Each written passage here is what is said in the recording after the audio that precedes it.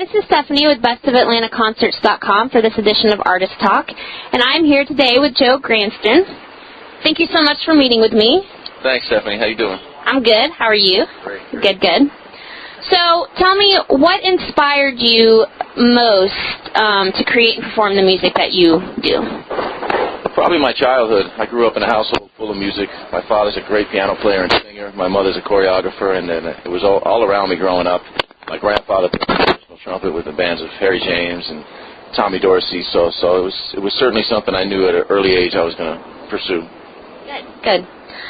Well, you've had a lot of success in your career. You've played with a lot of, top musicians, and you've created 7 albums.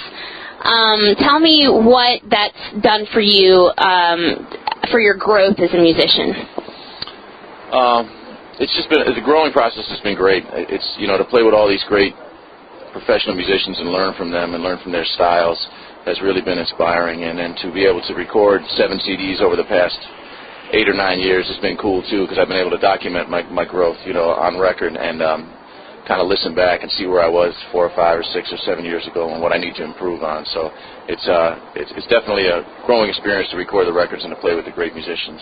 Who's been your favorite musician to play with so far? Oh my gosh, there's been so many. There's been so many great musicians. Most recently, I played with people like Kenny G. He's not known as a professional musician, but it was pretty cool to sit in with Clint Eastwood out in California a few months back. He played piano. We were playing at a little jazz bar that he owns, and that was kind of a thrill of a lifetime to be able to do that, Great, great.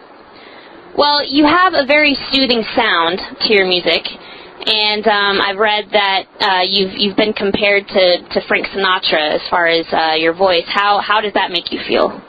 That's a pretty cool comparison. I'm not quite sure I agree with that. But, I love to sing. I'm a trumpet player first, and I've been singing probably about 9 years, 8 or 9 years, and I do love to sing. And I love Sinatra's style. I love Nat Cole's style, Dean Martin's style, and Joe Williams, so Mel Torme. I kind of take from all those. Probably the most inspiring vocalist I heard early on was Chet Baker, who's a trumpet player also first, but sang. And I kind of grew out of that. And now that I'm doing more of the big band thing and more of the larger group setting, the kind of Sinatra-esque type of singing really kind of fits in. I don't really feel like I can sing like him. I wish I could, but I understand that it's kind of coming out of the same bag when people say that. Gotcha. How has the Atlanta music scene and the crowd contributed to your performances? Like they make you feel good and you feel accepted and. Yeah. I mean, I've been here on and off since the early '90s, '94, '95. I went to New York City for a few years, but the Atlanta jazz scene and the Atlanta crowd is fantastic. They support music. They come out.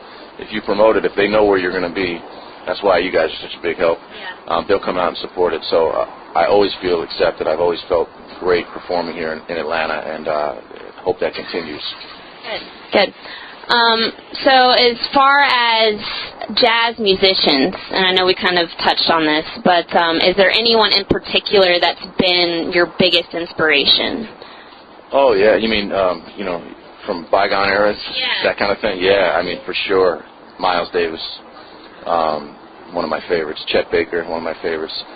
Kenny Dorham, great trumpet player, a little bit lesser known, underrated trumpet player, but one of the finest ever. Loved him. Of course, I love Sinatra, like I said. But probably the biggest are Miles and Chet. I mean, I probably have all their records, and I've tried to emulate their style quite a bit growing up. Good, good. Well, what are your plans for, the next couple of years or months, or any more CDs or concerts? Well, this month, June 19th and 20th, I'm doing a live CD DVD, a high-definition video at Churchill Grounds Jazz Cafe in Atlanta. So we're going to do 2 nights there, and out of it we'll have a live hour and 20-minute DVD or whatever it is, hour and 15-minute DVD. So I'm getting ready for that. That's exciting. I hope to record this big band that's coming up this next week. We hope to record that in the future. And then I've collaborated with Kenny G. He produced my newest CD. him and I wrote most of the music for it, and we recorded it, and he's shopping it to record labels right now. So if that takes off, then maybe I'll do some smooth jazz too. You know? Yeah, that's cool. Do you tour? I mean, are you going to travel around?